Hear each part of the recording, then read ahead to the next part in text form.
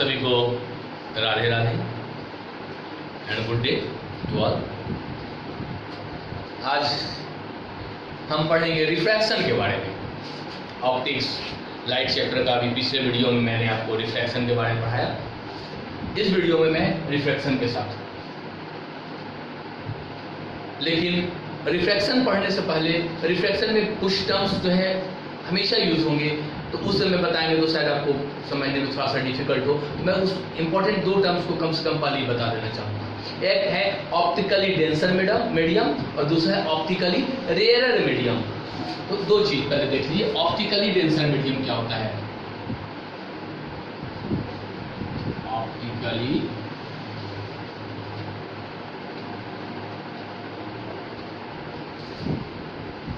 Denser medium and optically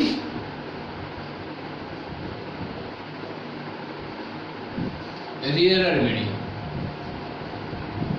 ये दो term मैं हमेशा जनरली यूज करूंगा आपको, इसीलिए पहले बता दे रहा हूं optically rarer medium.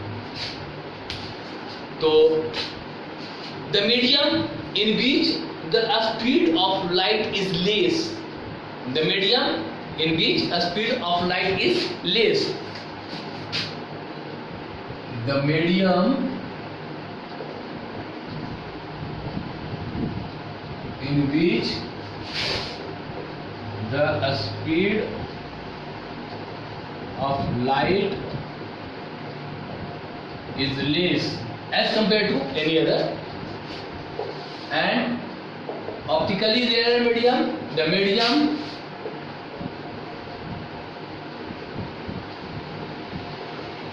in which the speed of light is more. अब यहाँ पे देखिए थोड़ा सा, जो हम मास बाई वॉल्यूम डेंसिटी जानते हैं, तो जिसका डेंसिटी ज्यादा उसको डेंसर बोलते हैं, जिसका डेंसिटी कम उसको कम डेंसर बोलते हैं। तो यहाँ पे उसके साथ हमको कंफ्यूज नहीं होना है। कभी कभी आप ऐसा देख सकते हैं कि मास बाई वॉल्यूम के हिसाब से उसकी डेंसिटी ज्यादा है, but it is optically rarer medium, है ना। तो मास बाई वॉल्यूम से डेंसिटी ज्यादा होने से डेंसर नहीं होगा। यहाँ पे हम थोड़ा सा टर्म्स चेंज करेंगे, अपना ओपिनियन चेंज करें कि वह मीडियम जिसमें लाइट जैसे इंटर करे तो उसका स्पीड कम हो जाए। माने किसी मीडियम से आ रहा है और उससे ज्यादा डेंसर मीडियम में वो प्रवेश करी, किसी मीडियम में प्रवेश किया, उसमें उसका स्पीड कम हो जाता है। मतलब जिस मीडियम में लाइट इंटर किया वो मीडियम पहले वाले के कंपैरिजन में डेंसर है। और यदि किसी मीडियम से आ रहा है दूसरे मीडियम में इंटर करता है और उसका स्पीड इंक्रीज हो जाता है, मतलब जो दूसरा मीडियम जिसमें इंटर किया लाइट वो रेयरर है। तो ये ऑप्टिकली डेंसर और optically denser medium, optically rarer medium. और एक चीज और आपको टर्म बताऊंगा, इंटरवेनिंग सरफेस और इंटरफेस। इंटरफेस और intervening surface.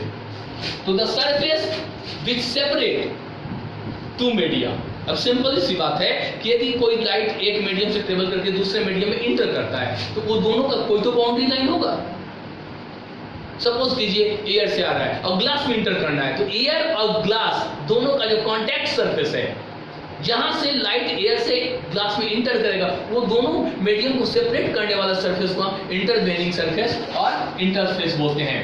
The surface that separates two media of different optical density means दो ऑप्टिकल डेंसिटी वाले मीडिया की सेपरेट करने वाले सरफेस को हम इंटरवेनिंग सरफेस और इंटरफेस बोलेंगे। ऑप्टिकल डेंसिटी ज्यादा किसका होगा? जिसमें लाइट का स्पीड कम होगा, उसकी ऑप्टिकल डेंसिटी कम होगी, यानी जिसमें लाइट का स्पीड कम होगा उसकी ऑप्टिकल डेंसिटी ज्यादा होगी, यानी ऑप्टिकली वो डेंसर होगा। और जिसमें स्पीड लाइट का बढ़ जाएगा वो उसकी ऑप्टिकल डेंसिटी कम होगी, यानी ऑप्टिकली वो रेयरर मीडियम होगा। अब हम देखते हैं कि रिफ्रैक्शन क्या है। What is refraction? मैंने आपको पिछले फर्स्ट या सेकंड वीडियो में बताया था कि जब लाइट किसी सरफेस पे आता है तो तीन चीज हम ऑब्जर्व कर सकते हैं, या तो वो टकरा के वापस आ जाए, या दूसरे मीडियम में पाथ चेंज करके ट्रेवल कर जाए, और कुछ पार्ट जो उसका एब्जॉर्ब कर लिया जाता है। तो अब हम दूसरे कंडीशन रिफ्लेक्शन हमने पढ़ लिया, अब वो जब दूसरे मीडिया में पाथ चेंज करके जब ट्रेवल कर जाता है, उसी टॉपिक को हम पढ़ने आ रहे हैं, उसको हम रिफ्लेक्शन बोल रहे हैं, है ना। तो सपोज कीजिए कि ये एक इंटरवेनिंग सरफेस है, यही आपका क्या है, इंटरफेस है, इंटरफेस, यानी यहां पे कोई मीडियम है, मीडियम 1, ये है एक मीडियम 2। मीडियम 1 और 2 हम तभी यूज करते हैं वर्ड जब दोनों की ऑप्टिकल डेंसिटी डिफरेंट हो, यदि सेम है ना।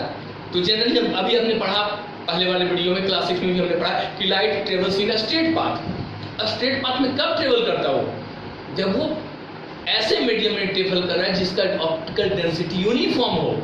तो light travels in a straight path in medium of uniform optical density, but if light travels from one medium and enter into other medium of different optical density, then it bends from its path. जैसे suppose कीजिए ये medium 1 है, यहां से ये ऐसे आ रहा है, इसको सीधा ऐसे चला जाना चाहिए। यहां पे ये सपोज कीजिए कि ये नॉर्मल है, ये नॉर्मल है। एक और डायग्राम में ड्रॉ कर देता हूं। यहां पे भी ये हो गया आपका इंटरफेस, इंटरफेस, ये हो गया मीडियम 1, मीडियम 1, ये हो गया मीडियम 2। यहां भी एक लाइट रेज इंसिडेंट होता है और इसको जाना चाहिए, क्योंकि जो लाइट का प्रॉपर्टी है, light travels in straight path, rectilinear propagation of light, according to which this ray must travels in direction A, B और सी, बट ऐसा होगा नहीं, क्योंकि ये एक मीडियम से दूसरे मीडियम में जा रहा है, मतलब इसका ऑप्टिकल डेंसिटी कुछ और था, इसका ऑप्टिकल डेंसिटी कुछ और है। यहां भी एक मीडियम से दूसरे मीडियम में जा रहा है, यहां भी सपोज कीजिए इसका हम नाम ले लेते हैं P, ये Q, इसको जाना चाहिए था R डायरेक्शन में, लेकिन यहां भी हम एक परपेंडिकुलर ड्रॉ कर देते हैं। ये हम MN है यहाँ पे सपोज कीजिए, ये है आपका XY, लेकिन ये भी ऐसे जाएगा नहीं। अब इसको बेंड होना है ना, इस ना तो इसको BC डायरेक्शन में जाएगा ये, ना ही QI डायरेक्शन में जाएगा, बेंड होगा। तो या तो ये नॉर्मल की तरफ आएगा या नॉर्मल से अभी हो जाएगा।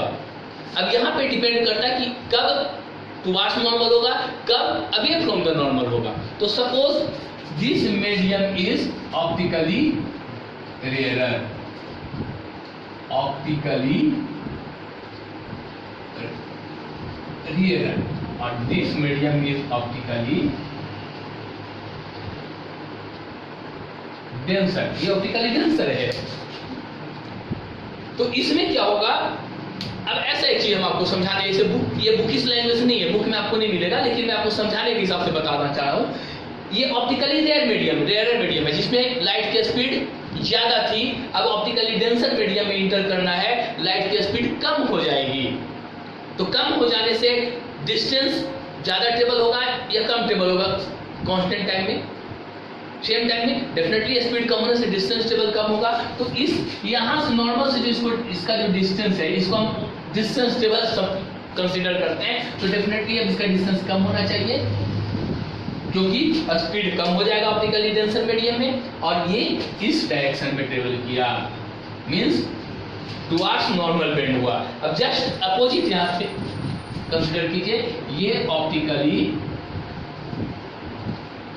डेंसर मीडियम है, ऑप्टिकली डेंसर, और ये ऑप्टिकली रेयर मीडियम है। अब यहाँ डेफिनेटली ऑप्टिकली डेंसर है, मतलब यहाँ स्पीड कम रहा होगा, और जब इसमें ऑप्टिकली रेयर में इंटर करेगा तो स्पीड बढ़ेगा। स्पीड बढ़ने से इसका जो डिस्टेंस है वो बढ़ना चाहिए, मींस, और ये बढ़ेगा कब, जब इस डायरेक्शन में बेंड होगा। ठीक है, तो ये हुआ आपका यहाँ पे अवे फ्रॉम द नॉर्मल हो गया। तो चाहे वो टुवर्ड्स नॉर्मल हो या अवे फ्रॉम द नॉर्मल हो, लाइट रेज बेंड हुआ, इसी प्रोसेस को हम क्या बोलते हैं? रिफ्रैक्शन बोलते हैं। तो अब लिख दे रिफ्रैक्शन क्या है, यहाँ पे आपको डेफिनेशन लिखता हूं मैं। Refraction is the process or phenomenon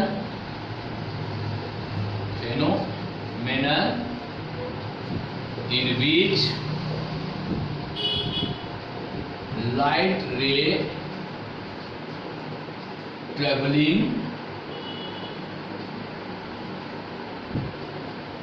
from one medium, if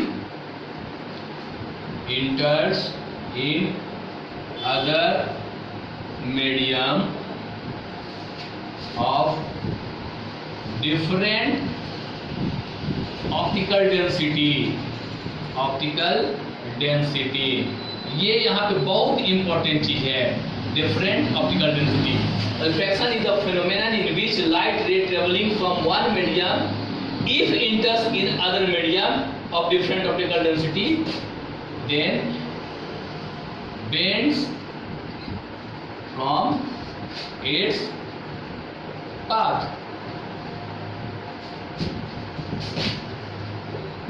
This is called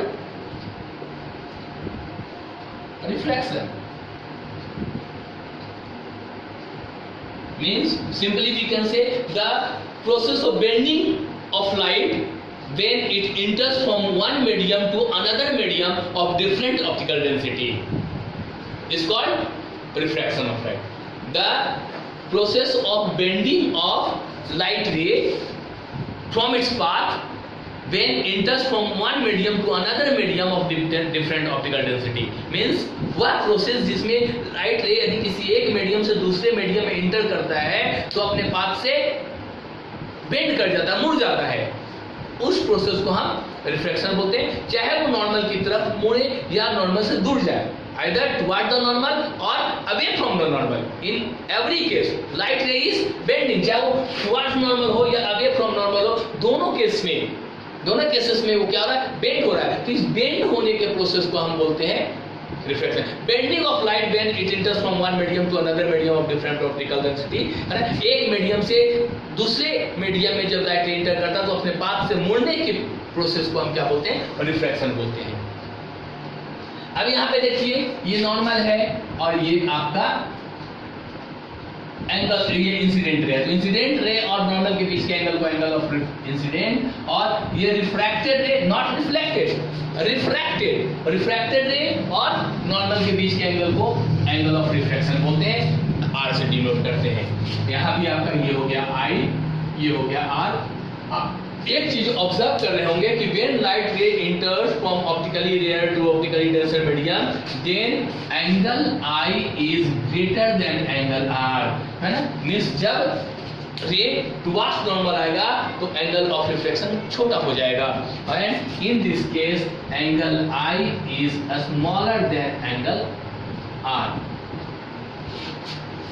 Any problem in refraction? Refraction is the process in which light rays traveling from one medium to another medium of different optical density bend from its path.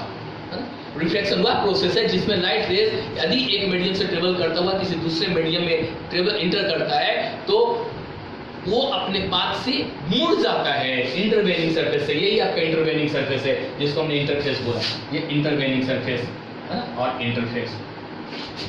इसमें कोई problem नहीं। अब हम आगे देखते हैं।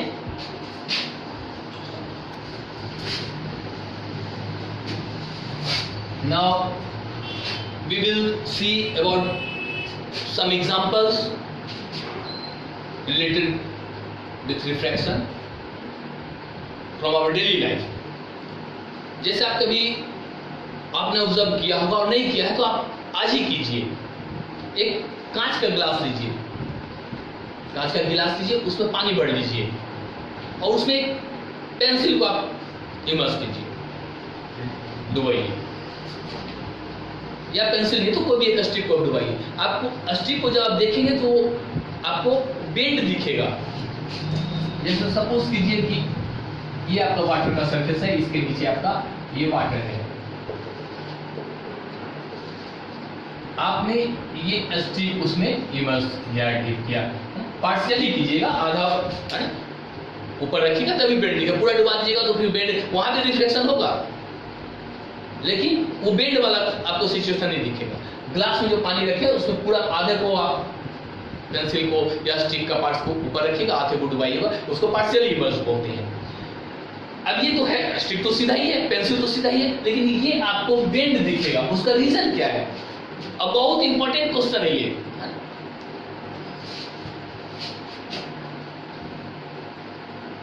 Partially immersed stick in water appear to be bent. Why? Important question, very important question for class 10. Why does a stick partially immersed in water appear bent? जो partially immersed stick होता है वो बेंड क्यों दिखता है? तो एक word में आंसर यदि पूछोगे तो ड्यू टू रिफ्लेक्शन, एक वर्ड में आंसर चाहिए तो ड्यू टू रिफ्लेक्शन। लेकिन यदि 3 मार्क्स में आता है, आपको 2 मार्क्स में लिखना है, किसी बच्चे को आपको एक्सप्लेन करना है, किसी आपके छोटे भाई बहन को एक्सप्लेन करना है, एज अ टीचर किसी को एक्सप्लेन करना, तो ये आंसर तो बच्चा बोले रिफ्लेक्शन से कैसे भाई, क्या हो गया उसमें, तब आपको समझाना होगा।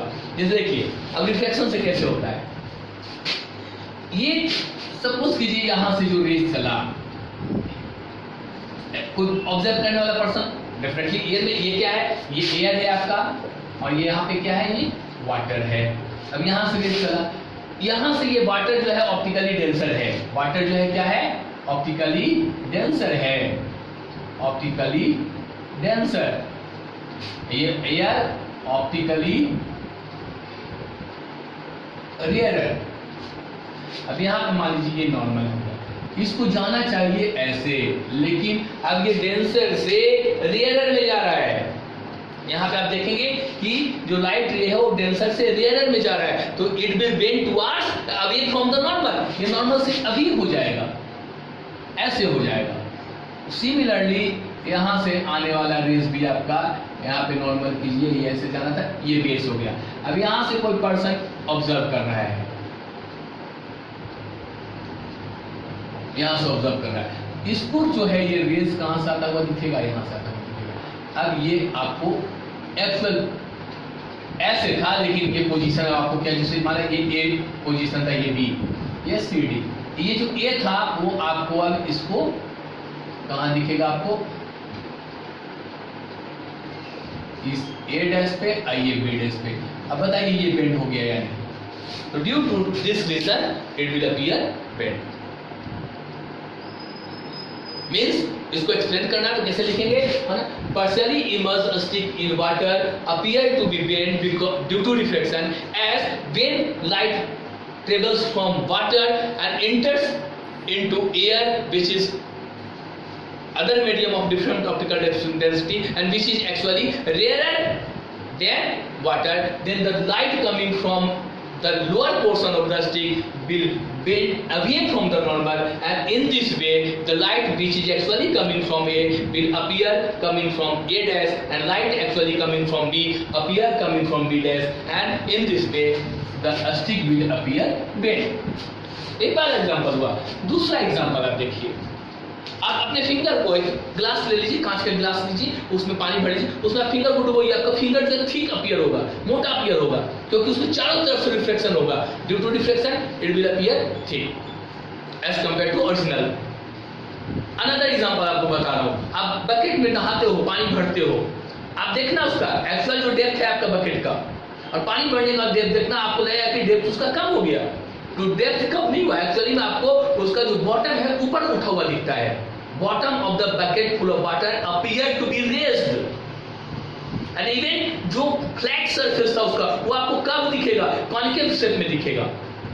This all appear due to refraction. अब वाटर टैंक, आपके घर में वाटर टैंक, उसको पानी से भरने के बाद उसका डेप्थ देखिए, अपेरेंट डेप्थ आपको कम लगेगा, नहीं उसका जो बॉटम है वो ऊपर उठा हुआ रेस दिखेगा और वो भी आपको कनकेव शेप में दिखेगा। एक बहुत इंपॉर्टेंट फैक्ट आपको बता रहा हूँ रिफ्रैक्शन से रिलेटेड, जो आप सनराइज और सनसेट देखते हैं तो ये हॉरिजन है। हॉरिजन बोलते हैं कि आप जब बहुत दूर तक कुछ नहीं है, पेड़ नहीं है, तो देखोगे तो एक जगह अपीयर होगा कि स्काई आसमान और ये अर्थ पृथ्वी दोनों ऐसा लगा कि दोनों एक जगह मिल रहा है, उसको हॉरिजन बोलते हैं। वहीं से सन का निकलते हुए देखते हो तो उसको बोलते हो सनराइजिंग, वहीं से सन को नीचे जाते हुए देखते हैं तो उसको बोलते हैं सनसेटिंग। तो एक्चुअल में जो सनराइज होता है, तो एक्चुअल सनराइज होने से 2 मिनट पहले हमको सनराइज दिख जाता है और एक्चुअल सनसेट हो जाने के 2 मिनट बाद तक सन हमको दिखता रहता है। मीन्स 2 मिनट पहले वो अपीयर हो गया राइज होने से और सेट होने के 2 मिनट बाद तक दिखता रहा, यानी 2 minute advance sunrise and 2 minute delayed sunset. तो एक्चुअली दिन भर में जो एक्चुअल जो डे का ड्यूरेशन है उसमें 4 मिनट्स का इस scientific physical phenomenon optical phenomenon के कारण वो 4 मीटर से लॉन्गर हो जाता है हमारा डे।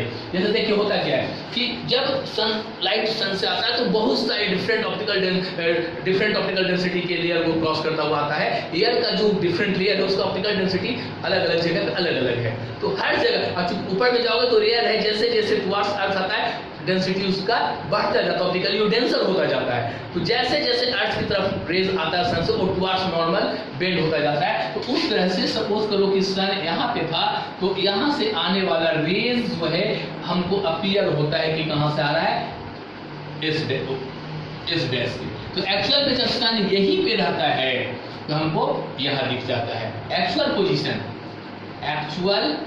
पोजीशन ऑफ सन, ये अपीयर्ड पोजीशन ऑफ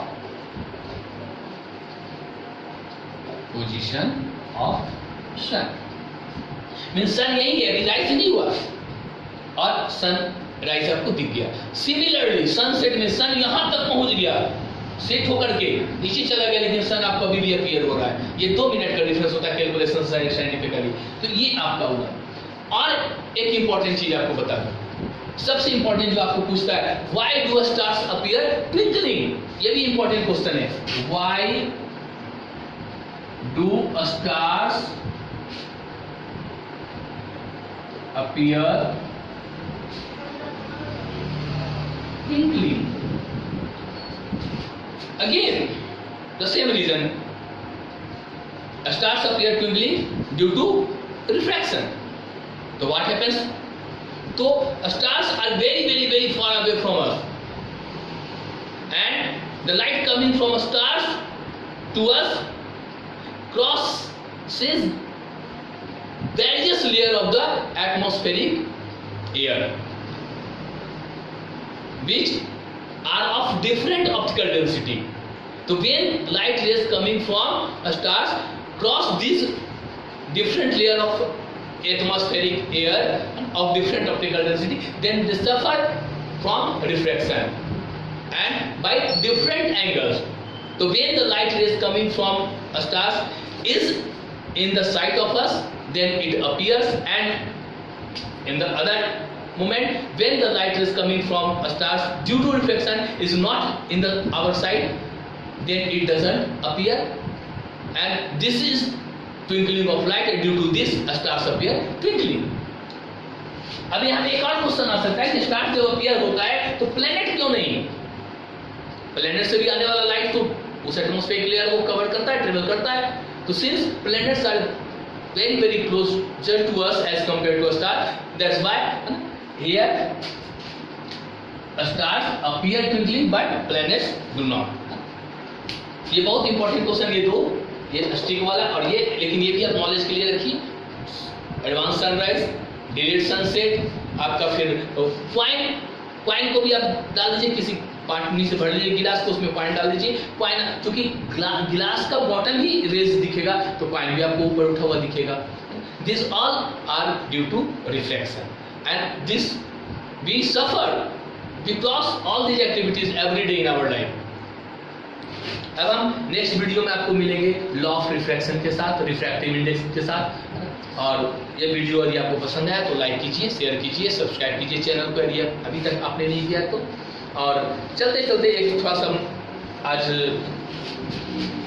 दूसरा मोड़े आपको एक चीज़ दिखा दूँ मस्ती के लिए, मैजिक टाइप का। ऐसे मैजिक कुछ होता नहीं है, सब साइंटिफिक इवेंट है। यहाँ मैथमेटिकल चीज़ एक दिखा रहा हूँ आपको। जैसे आप देखेंगे कि कोई भी आप नंबर बोल सकते हो अपने मन से। सपोज कीजिए आपने बोला 5, फिर बोला 6, फिर बोला 9, फिर बोला 0, फिर बोला 8। यहाँ पे कंडीशन है 5 रोज में लिखूंगा, है ना, जिसमें फर्स्ट आप लिखाएंगे, सेकंड भी आप लिखाएंगे, थर्ड को मैं लिखूंगा, फोर्थ आप लिखाएंगे और फिफ्थ को मैं लिखूंगा। लेकिन आप फर्स्ट लाइन का नंबर लिखोगे, उसके पहले ही मैं इसको ऐड करके कितना आएगा वो आंसर लिख दूंगा। ये सपोज कीजिए आपने 5, 6, 9, 0, 8 लिखा, इसका आंसर मैं ऐड करके लिख देता हूँ सिर्फ।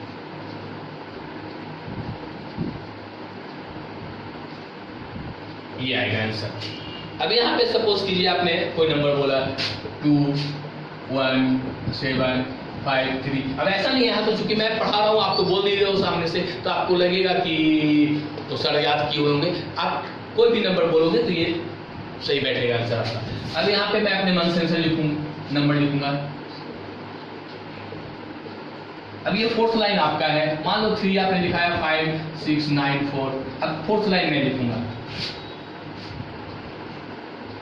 अब ऐड कीजिए 8, 3, 11, 11, 6, 17 और 4, 21 और 5, 26, कैरी 2, 2 और 5, 7 और 4, 11 और 9, 20, 0, कैरी 2, 9 और 2, 11, 11 और 7, 18 और 2, 20 और 6, 26 और 3, 29, कैरी 2, 6 और 2, 8, 1, 9, 8, 17 और 5, 22 और 4, 26, कैरी 2, 5 और 2, 10 और 5, 2, 7, 7 और 2, 9, 9, 7, 16, 3, 19 और 6, 25 आंसर। यहाँ पे 2 ट्रिक है, आप यदि कैच करेंगे तो आप पकड़ लिए होंगे आंसर को। पहला ट्रिक आंसर लिखने में, और दूसरा ट्रिक जो है ये जो मैं नंबर जो लिखता हूँ इस नंबर को लिखने में एक ट्रिक है। ये 2 ट्रिक को आपको पकड़ना है, तो सर आप भी इसको कर सकते हो। और कमेंट बॉक्स में आप अपना डेफिनेटली डाउट्स को लिखिए, मैं आपको उसका आंसर दूंगा। और आगे मिलते हैं नेक्स्ट वीडियो में law of refraction, refractive index के साथ। और आगे फिर डिफरेंट और बहुत सारे वीडियो आपको आपके सब्जेक्ट्स के मिलेंगे, बायोलॉजी के भी मिलेंगे, मैथ्स के भी मिलेंगे, केमिस्ट्री के भी मिलेंगे। आप चैनल्स को देखते रहिए, चैनल्स को वॉच करते रहिए कि कब कौन सा वीडियो आता है। थैंक यू, राधे राधे आप सब।